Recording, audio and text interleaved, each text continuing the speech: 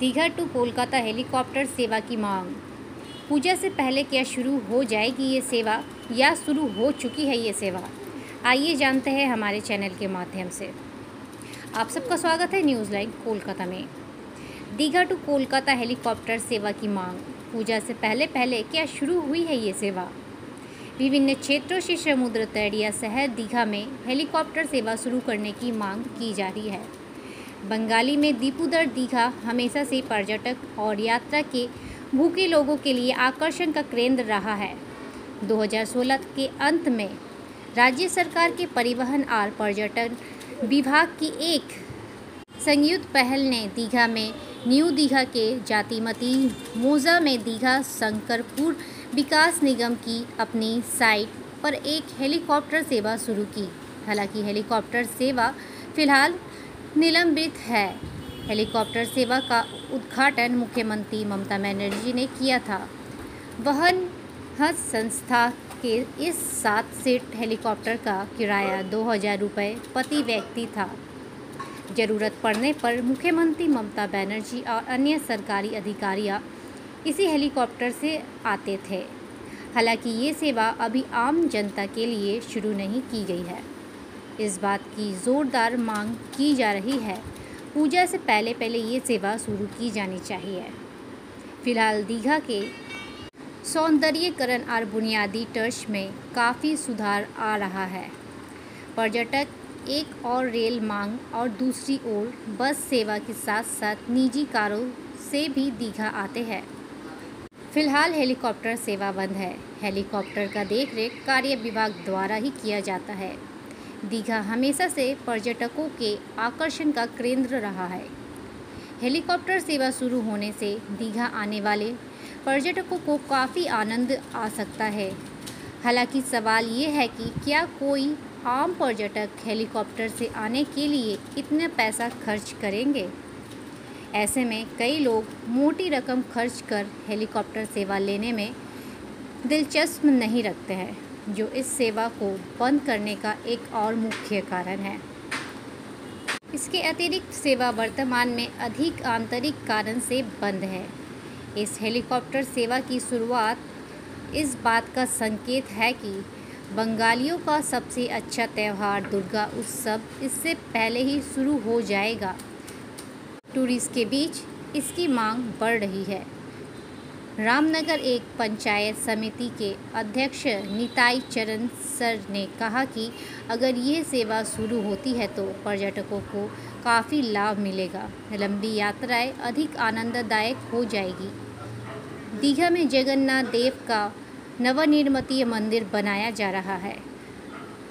पर्यटन नगरी दीघा पर्यटकों के लिए और भी आकर्षण हो जाएगा। সেগুলো ভিজিবলি চেঞ্জ হয়েছে, দৃশ্যত পরিবর্তন হয়েছে।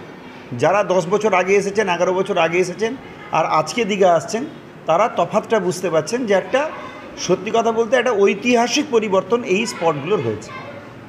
এবং এটা হওয়ার ফলে আবার তার সঙ্গে জগন্নাথ দেবের মন্দির যুক্ত হচ্ছে। তো সামগ্রিকভাবে এই জায়গাকে কাভার করার জন্য ভারতীয় রেল দীঘা পর্যন্ত রেল চালু করেছেন, যেটা আমাদের মাননীয় মুখ্যমন্ত্রী মমতা বন্দ্যোপাধ্যায় রেলমন্ত্রী থাকার সময়, পরবর্তীকালে এমপি থাকার সময় তারও দাবি ছিল দীঘা রেলপথ চালু করার। তো দীঘা রেলপথ চালু হয়েছে, ফলে সেটাও প্রচুর মানুষকে দীঘাতে নিয়ে আসছে। অতি অল্প সময়ের মধ্যে কম খরচে তারা আসতে পারছে।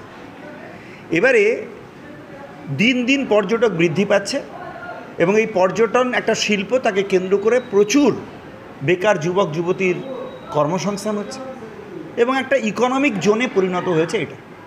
ফলে স্বাভাবিকভাবে যদি চপার ব্যবস্থা চালু হয় তাহলে অনেকে অল্প ডিস্টেন্স, যারা বিমানে ওঠেননি, কম পয়সায় অল্প ডিস্টেন্সে বিমানে চড়ার বা চলার ইচ্ছে তাদের থাকে। কেউ যদি এখানে দিল্লিতে যেতে চান অনেক পয়সা দিতে হবে, কিন্তু সেখানে যদি কেউ কলকাতা থেকে দীঘা আসতে চান নিশ্চিতভাবে ফেয়ারটা কম হবে।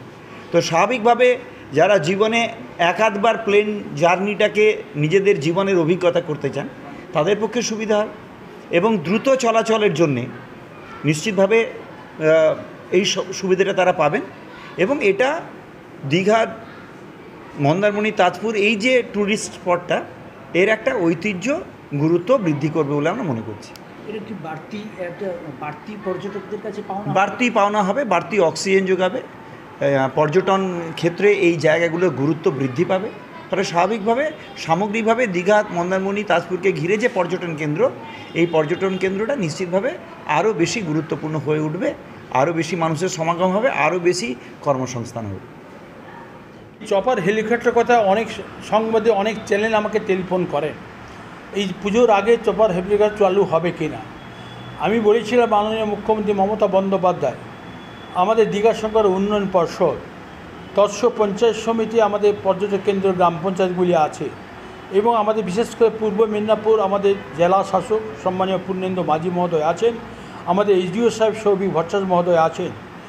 আমরা বারে বারে বলেছিলাম যে যাতে আমাদের আবার হেলিকপ্টারটা চালু হতে পারে, পর্যটকরা যে দীঘার আজকে ঐতিহ্যবাহী দীঘা, আজকে হাজারো হাজারো মানুষের যেখানে প্রতিদিন যাতায়াত করছে, সেক্ষেত্রে আরও বেশি উৎসাহিত হবে।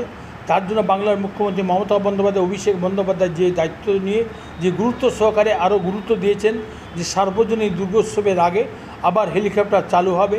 আমরা তার কাছে কৃতজ্ঞ যে দীঘা আজকে দীঘা সুন্দরী হিসেবে যে পরিগণিত হয়েছে, আবার নতুনভাবে হেলিকপ্টার চালু হলে পর্যটকদের আরও বেশি আকৃষ্ট হবে, আরও বেশি আনন্দ হবে। এদিকে মেরিন ড্রাইভ, এদিকে হেলিকপ্টার চালু, সেদিকে আবার সমুদ্রের তৈরি দিয়ে সমুদ্রের মধ্যিখানে আমাদের যে জিনিসটি তৈরি হয়েছে সেটাকে আজকে পর্যটক বেড়ানোর জন্য, তার জন্য আজকে বিশেষ করে আকর্ষণীয় হয়ে উঠবে দীঘা। আজকে সেই দীঘা আরও হাজার মানুষ পর্যটক এখানে আসবে।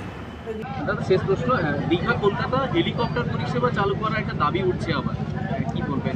আগে হেলিকপ্টার তো চালু ছিল, সার্ভিস ছিল, শনিবার দিন আসতো, রোববার দিন যেত, কিন্তু সেই হেলিকপ্টার সার্ভিসে যা লোকজন এলো তাতে সার্ভিসে অনেক বেশি ক্ষতি হলো। ট্রান্সপোর্ট ডিপার্টমেন্টে তাদের পরিবহন দপ্তরে অনেক বেশি ক্ষতি হওয়ার জন্যে তাতে অনেক টাকা ভর্তুকি দিতে হলো রাজ্য সরকারকে।